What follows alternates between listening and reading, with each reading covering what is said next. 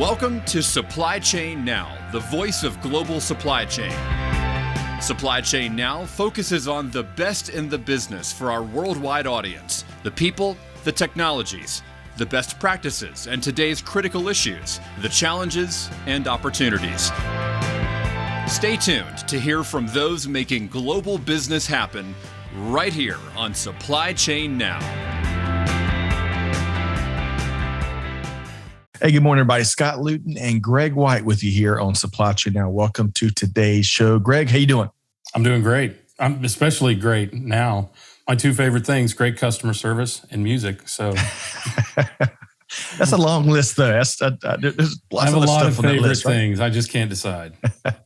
All right. Well, along those lines, as Greg's alluding to, we've got a special repeat guest here with us today, a special supply chain leader from one of Greg's favorite brands. Is that right, Greg?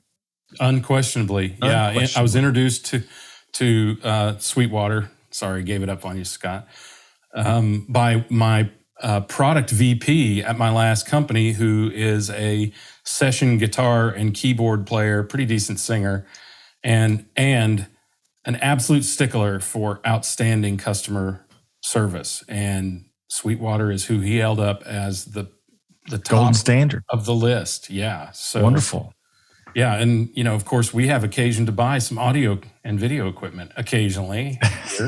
Maybe the odd guitar. So, yeah, I've had my own experiences with them. Well, you know what? With all of that said, that glowing endorsement, but heartfelt and genuine, no further ado, I want to welcome in Phil Rich, Chief Supply Chain Officer with Sweetwater. Phil, how you doing? Great, Scott. Greg, glad to be back with you guys. Good to see you. Yeah, good to have you back. It is so nice to have you back. I tell you, it feels like it was just a few weeks ago, but man, it's been a fast, I'll call it 18 months or so. So great to meet you. And we got to give a quick shout out, by the way, Phil, as we're coming on pre-show.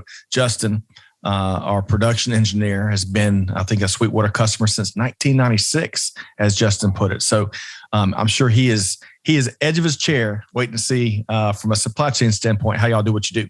Right. So Phil, let's do this. Before we get into more of the Sweetwater story, let's kind of refresh our understanding of who you are, Phil Rich. So tell us first off, where did you grow up? And then I've got a quick follow-up question for you. Okay. Grew up split between East Tennessee till about the age of 8 or 9. And then Phoenix, Arizona would be up through high school. Okay. And I'll tell you how, we're going to have this follow-up question is going to have to hit both of those locales. So give me one of your favorite food dishes, both in Tennessee in that earlier stage of your life, and then in Phoenix, where Greg's got some common experiences with you. Well, Tennessee, I'd say strawberry rhubarb pie, man. I mean, the rhubarb grows pretty darn tasty out there. Really? And so do strawberries. So yeah, love that. And out in Phoenix, I mean, you just can't go wrong with good old-fashioned street tacos. I mean, One of my favorites.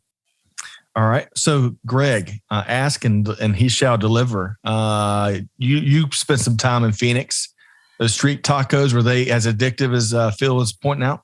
I'm more of a burrito guy myself. I love tacos, but we actually had an adaptation when I was out there of this group of restaurants in San Diego they call the Bertos, and they make these giant burritos. They make tacos also. I have a feeling you probably got some from there. But what I loved about Phoenix, and I don't know, Phil, if you ever experienced this, was you could go to two Mexican restaurants, literally one next door to the other, order the exact same dish, and it would be made totally differently because they're from different parts of Mexico or different family recipes or whatever. It is so far, in my experience, impossible to beat the Mexican food in Phoenix anywhere in the States. Yep. Same, Phil. All right. One last food question. We love talking about food around here. When you first said Tennessee, I thought for sure, especially how you paused, I thought you were going to say, Scott, you moron. Of course, barbecue. You took me I've never had strawberry rhubarb pie, so I'm going to have to get with Amanda on that. What? But I've never had it. I don't know. Maybe Are you really a Southerner? I mean, I must. From the Midwest, and I've had it. Well, Phil, was barbecue part of that early stage of your upbringing?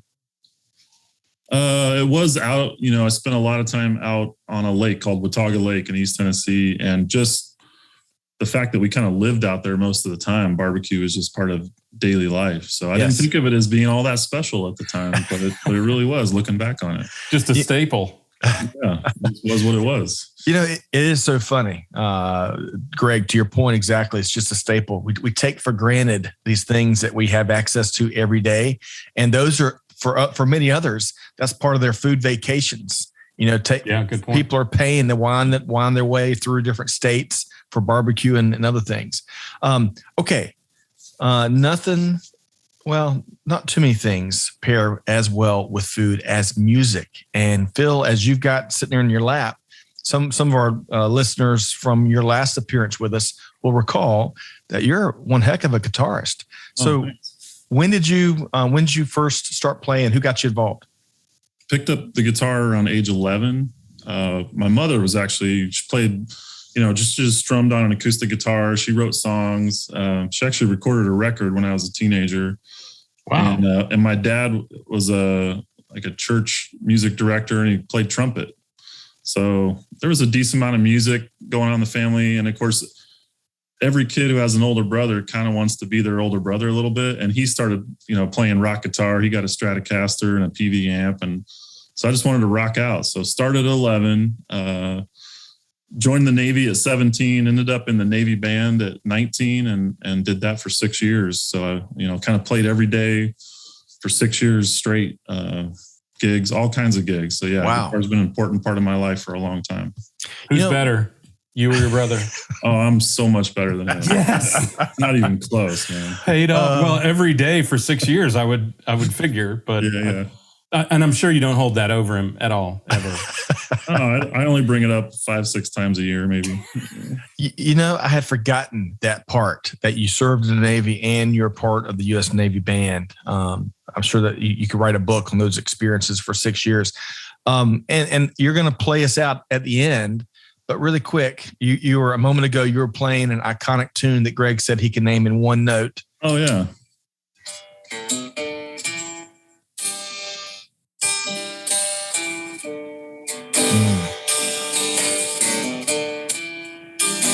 Greg knows the tune, right? Yeah. He was going to say. Did you want me to name it? I'm sorry. Yeah, go for it. Wish you were here. I'm sorry. Yeah. I didn't realize you wanted me to name it. Yeah. So, Greg, you do not win the grand prize today. I thought we were going to let him play it through. So, okay. I was just listening.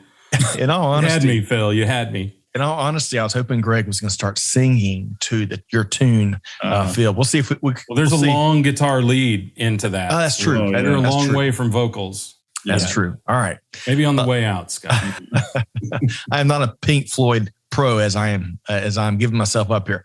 All right. So finally, speaking of bands and musicians, and clearly, gosh, if I heard you correctly, your mom actually recorded and dropped an album, cool. And your dad played in the church. Great role models there. But whether it's them or whether it's others that we may be more familiar with as music enthusiasts, what one of your favorite bands or musicians of all time, Phil? Well, probably the band I listened to the most over such a long span of time is Rush. Enjoy Rush a lot. I've had the pleasure of meeting Alex Lifeson, having dinner with him just because of being in the business. And he's a wonderful guy. And yeah, I'd have to say that band sits at the top, and there's plenty more on the list, but there's one. I was this close to grabbing my Rush t-shirt instead of my Metallica t-shirt. So, ever met Mr. Roboto there, Phil? Mr. Roboto? Yes. Mr. Roboto. Is that Rush? No. Or is that Styx? That's Styx. I always get them confused. My bad. All right. So I'm telling myself. That's it. He's out. He's out. Forget it, man. All right. So with all of that said, and I appreciate your sense of humor here, let's switch gears and let's talk about Sweetwater. So as Greg and Justin, we were talking on the front end, of course, we use a lot of your equipment and really have come to appreciate how your company does business. But for the handful of folks out there that may not, use AV equipment and music and musical equipment, what does Sweetwater do? Sweetwater sells musical instruments, and live sound equipment, recording equipment, all kinds of stuff. And since I talked to you guys last, we started selling band and orchestra equipment. So we sell trumpets and trombones and saxophones and flutes and clarinets and all kind of stuff like that. But whether you want to do something like this, if you want to record audio at home, or you want to build a multi-million-dollar studio, or you got a club or a church that needs audio, whether it's speakers in the ceiling, just cranking out music and announcements, or a big PA system, microphones, the stuff you guys are talking through and listening through right now, that's kind of stuff that we sell. And we've just grown tremendously, and e-com is our primary channel for that. We do have a beautiful award-winning retail store here, but we're primarily e-com in the United States. Mm-hmm. And the company is headquartered where again? In Northeast Indiana, in Fort Wayne. Okay, Fort Wayne. Fort Wayne. We're talking about this last time you were with us. Fort Wayne has really played a major role in innovation over the decades. I want to say that Fort Wayne, and check me if I'm off the mark here, Greg or Phil. I believe the first ever home video console was developed in Fort Wayne, Indiana, if I'm not mistaken. We'll double check that and add a link. Greg? That's a trivia question. I don't know. There's a long history with, could be the long history with Magnavox in Fort Wayne. Yes. And Magnavox is really no longer a presence here, but so many people that live here that are generally older worked at Magnavox when it was in its heyday. Well, that's exactly it, because Magnavox developed, I can't remember the name of the game system. They developed the first home video game console in the States, right there in Fort Wayne. So it's a shame they're not around as much anymore. Yeah. Okay. So, Greg, with Mr. Phil Rich, where are we going next? Well, I'm a huge fan of your customer service, so we have to talk about it. I mean, it's legendary, top notch, right? Of course, the gold standard, as Scott said. I'm curious how that became such a big part of your culture. And I'm also curious, do other companies come to you to learn from you? Well, it's a big part of our culture because it's been a big part of our culture since day one, since Chuck was a one-man operation all the way to today. He always wanted to deliver the product on time and in perfect condition and exceed expectations. And that's why, originally when he had his recording studio, he would leave the tapes out in his mailbox and he'd add a little bag of candy, just to say thank you. And we still do that today. We put candy in every order, but it exists because we talk about it every day, Greg. We talk about it in our executive meetings. We talk about it in our team meetings. We read customer letters, and all the way from the top of the company to the bottom, we're solving customer issues every day. We don't put them off and say, "Oh, that's not important to me. Somebody else's problem." That's everybody's problem, everybody's challenge, and we love doing it because, what's better than making customers happy and winning them over for life? We do talk about nobody wants to make mistakes, nobody wants to have customer issues, but when you do, it's an opportunity to make a customer for life, and that's how we approach it. And it is. I mean, I can vouch for it. I've gotten some of those bags of candy with the occasional microphone or cable or maybe a guitar or something. And I really appreciate them. I'm always, by the way, asking for extra Smarties whenever you can get them. Just Man, let's not talk about supply chain and candy. Oh boy, I cannot believe the shortage of candy right now. I bet. We have talked about that actually on the show and amongst ourselves lately, because some of the products that go into candy they're in very short supply. And I imagine similarly, you've had challenges like that in your industries. So I'm curious, because supply chain is such a huge contributor to your ability to convert on the customer promise, to deliver on time, in full and in impeccable quality. What is maybe your favorite aspect of getting to be Chief Supply Chain Officer at Sweetwater? Well, certainly being on the front lines of solving those issues is super rewarding. I think one of the best parts for me is bringing our vendors into that sort of what I'll call that huddle, really with our top 25 and beyond, because we've got, about 700 vendors. Mm-hmm. So bringing them into there, since the last time we spoke, we rolled out a tremendous new B2B site with all kinds of forecasting and inventory health reporting. And we really put so much more data and information in front of our vendors. And just to open their eyes and partner with them at every level has been one of the most fun things to do, because it makes everybody better. When you get together and you share data and you talk about trends and what's going on, and it kind of sounds like old hat, but when you accomplish that at every level of the company, that's where a true partnership lies, and that's super rewarding for me.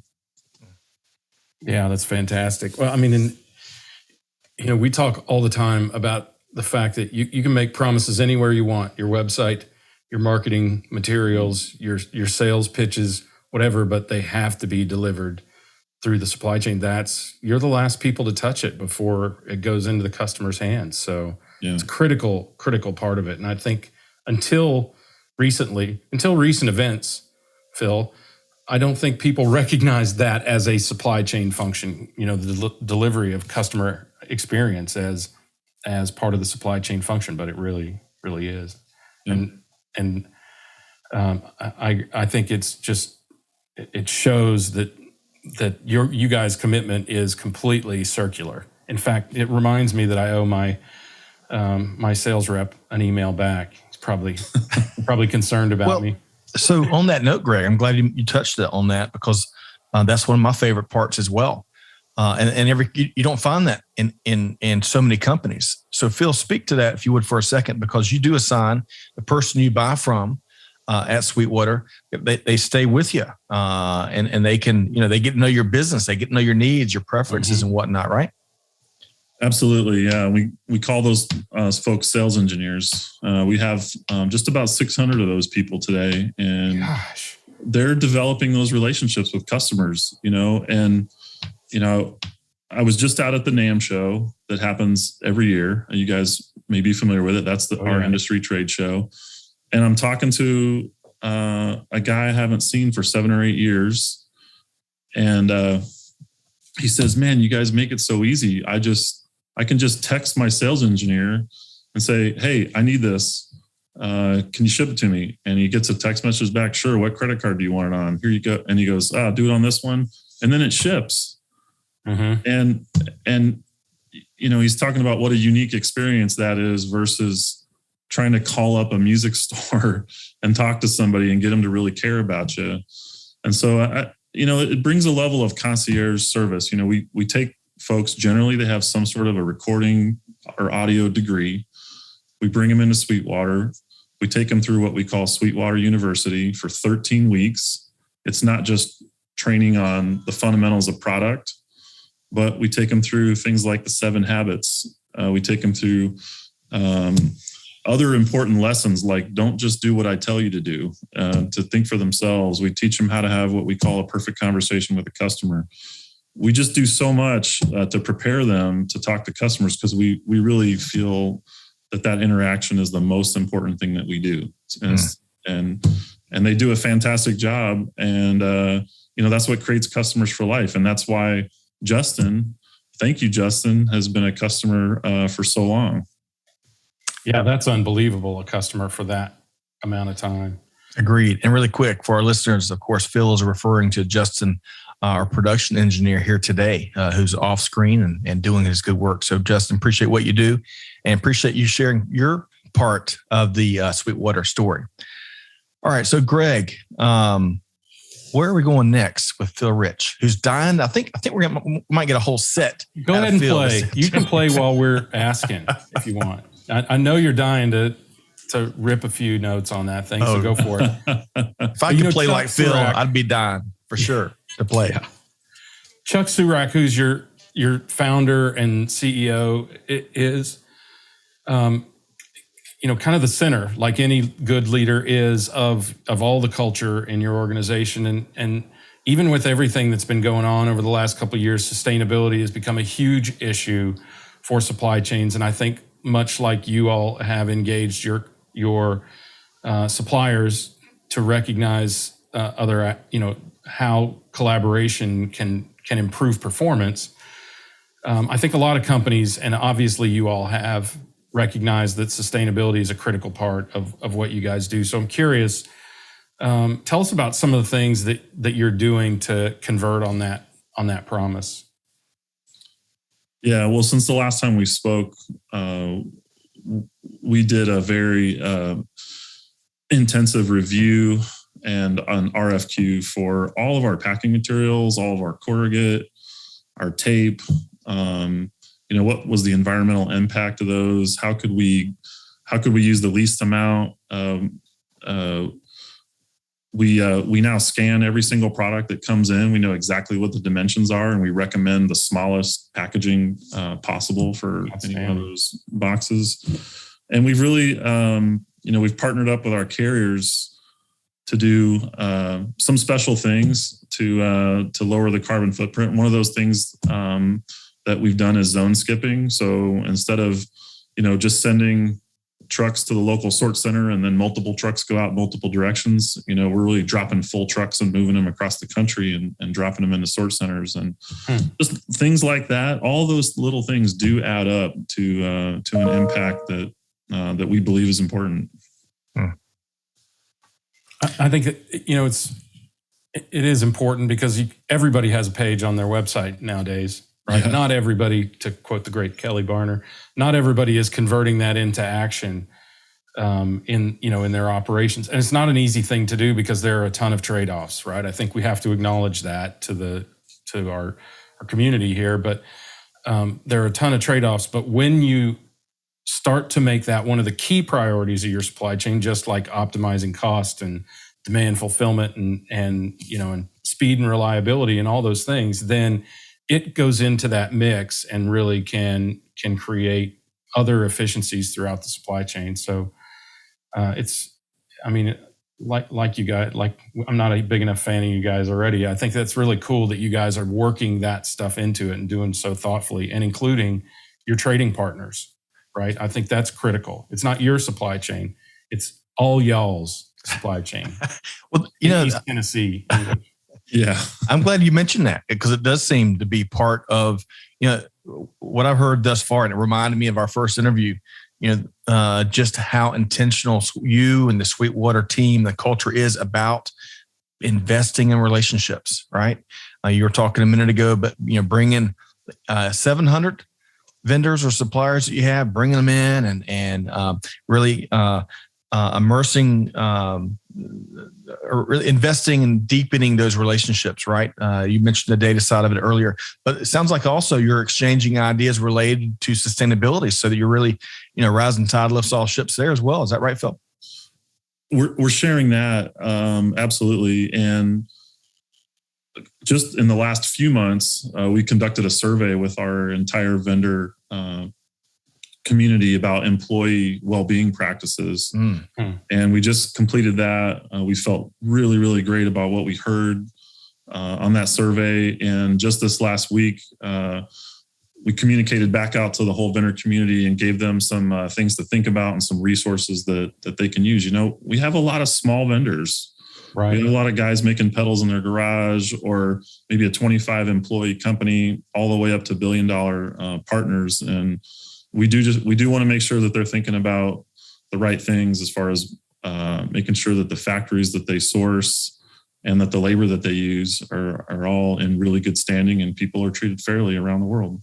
Love that, Greg. Yeah, that's critical.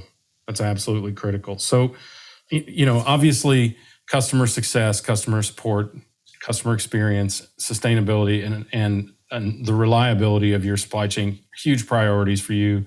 But maybe in the last 18 months or so since we last talked, you may have had some other things come up, maybe a global pandemic here and there, or other supply chain challenges that have hit you. So I'm curious, where are your priorities and where do you see your challenges today?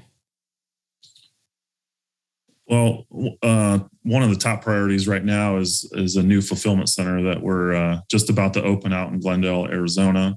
are really excited about it. The primary purpose of that fulfillment center is to reach the 25 to 30% of our customer base that lives out west. And right now, the transit times aren't ideal for those customers. Amazon Prime is a lot more attractive than what our carriers can currently offer that's affordable. So we're going to get really close to those customers, and I think that we're going to see a little bit of an increase in business for that. But there's also the environmental impact of that with a lot less distance to cover with trucks. And we're real excited. It not only does it help us cover the West Coast, but it really gives us the whole country in about 3 days or less everywhere. And so, again, we're super, super excited about that one. Yeah, that's really good. And it doesn't hurt that it's near Phoenix, so you can get street tacos whenever you visit, right? Trips will be made. Tacos will be consumed. Tacos will be consumed. I'm sure that was purely coincidence. I mean, really, a lot of math and science, in case people don't know, go into where to put a facility like that, right? So you beat me to it. You beat me to it, Greg. That site selection, and I'm not, you may not can reveal a lot there, Phil, but is there anything you can speak to there of why Glendale and some of what y'all's process looked like? Yeah, sure. The process was probably what you'd expect. Extensive network studies on time in transit and capacities and sort centers and the ability to move boxes around. We really looked at the labor market in depth and in a lot of cities out west. And the one interesting thing about Phoenix is it's really moved up to be the 5th largest metro in the country. I mean, there's just a lot of labor there right now. The city's growing, the city's investing. So it's a real exciting place to be. And, you can probably imagine who some of the other competitive cities are, but then there's the availability of just buildings in general. And so any one of those 3 can be a heartbreaker when it comes to pick a location. But Phoenix really checked all the boxes. And, we were quickly able to lease a building out there. And, man, if you've driven up and down, the Southwest side, Goodyear, or up the 303 in Phoenix lately, I don't know of anywhere in the country that more fulfillment and distribution centers are being built. It is very true. Absolutely incredible. Outstanding. Exciting expansion ahead. This is really cool. And it sounds like you'll have to be building a bigger Sweetwater University as you onboard a lot of new family members, right? Yeah. Growth. It's fun. It's challenging. We just have to keep continuing to grow the organization, but we want to stay like a small company. We want to continue to feel and be agile like a small company. And we'll continue to do that. Love that. The values-driven organization. Great to sit back down. So good, Phil. Yes, that's right. You want a customer's opinion. So, as we come around the corner and coming down the home stretch of our time here with Phil Rich from Sweetwater, a lot as Greg mentioned. Goodness gracious, it has been a challenging in new ways, old ways, you name it, over the last couple of years. What's been one Eureka moment that's really stuck with you maybe since your last time with us? Well, I think that normal was closer to where we were last time we talked, even though it was a more abnormal, but things have changed quite a bit more since. I think a lot of these Eureka moments that maybe we could talk about, I want to talk about, I think, what the most simplest one is, and that is when we started connecting everybody at every level to our vendors, the conversations that they were having became so impactful so quickly. And I think in the old environment, you might have one person that owns a relationship or maybe 2 people that own a relationship. But now supply chain heads need to be talking to supply chain heads, and forecasting people have got to be talking to forecasting. Logistics people need to share information. And I think that the Eureka moment is just share as much information as you possibly can, make all those connections, have multiple people up and down your organization talking to your vendors, and don't try to coddle those, hold them close to the chest and keep information, because conversations are the fastest form of communication that we have. And so we need to be having conversations regularly with our key vendors and partners out there. And that's how we're going to keep a lot of that agility I was talking about earlier. Is got to have those conversations. Email's not fast enough. It just isn't.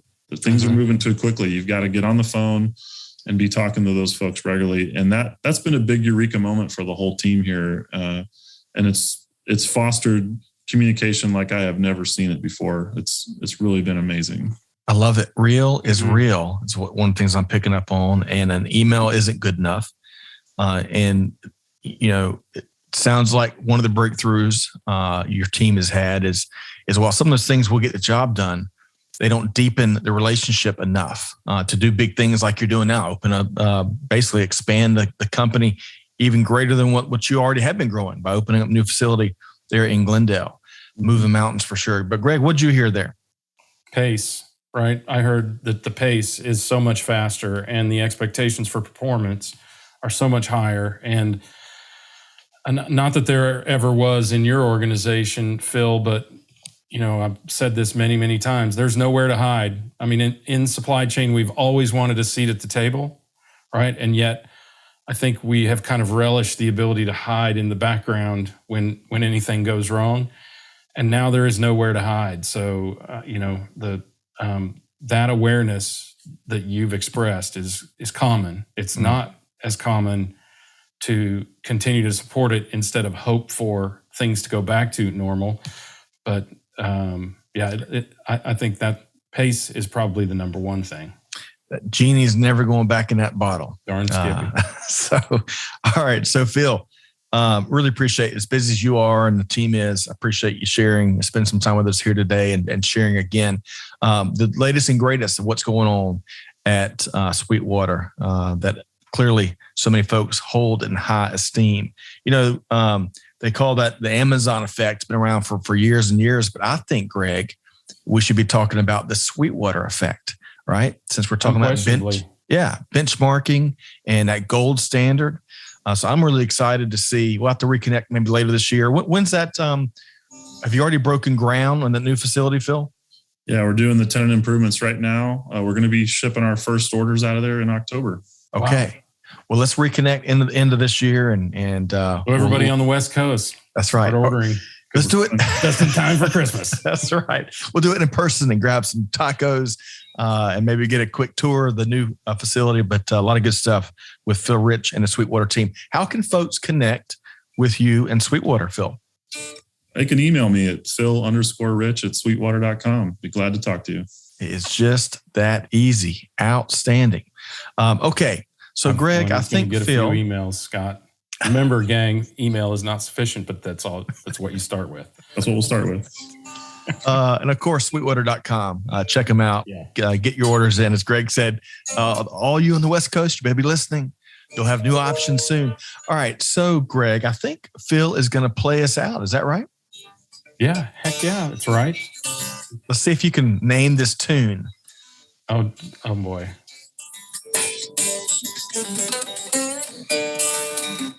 Oh, Sweet Home Alabama. There we go. Yep, there you go. Man, we're going to have to connect with Phil and give him a speaker to plug into, grab some adult beverages and some tacos and invite a couple hundred of our favorite friends. That will be a great opening party for your I bet you guys have great opening, all kinds of parties. I'll bring you some strawberry rhubarb pie, Scott. Okay. Fair enough, Phil. Well, hey, big thanks to Phil Rich and the Sweetwater team, as busy as they are. It's Greg, it's always one of my favorite parts of what we do now that we're, 920 episodes deep, I think, with the main channel. I love sitting down and having genuine conversations with companies that really we've admired for quite some time and kind of learning about them from that operational, that supply chain side. And if all of them were as nice as Phil Rich, man, we should do a couple of these a day, right? Well, if all of them could play instruments, we'd have a hell of a band, wouldn't we? Okay. Well, hey, big thanks again to Phil Rich and Sweetwater. Be sure to connect with him and get those orders in. Big thanks to Greg White. I love having these conversations with you. Another quick shout out to Justin. Appreciate what you do, Justin, and appreciate you chiming in on the front end about your longtime love of Sweetwater as well. To our listeners, hopefully you've enjoyed this conversation as much as we have. Hey, do what Phil's doing. Do what Phil and the Sweetwater team's doing. Get out there and do good, give forward, and be the change that's needed. And on that note, we'll see you next time right back here on Supply Chain Now. Thanks, everybody. Thanks for being a part of our Supply Chain Now community. Check out all of our programming at supplychainnow.com and make sure you subscribe to Supply Chain Now anywhere you listen to podcasts. And follow us on Facebook, LinkedIn, Twitter, and Instagram. See you next time on Supply Chain Now.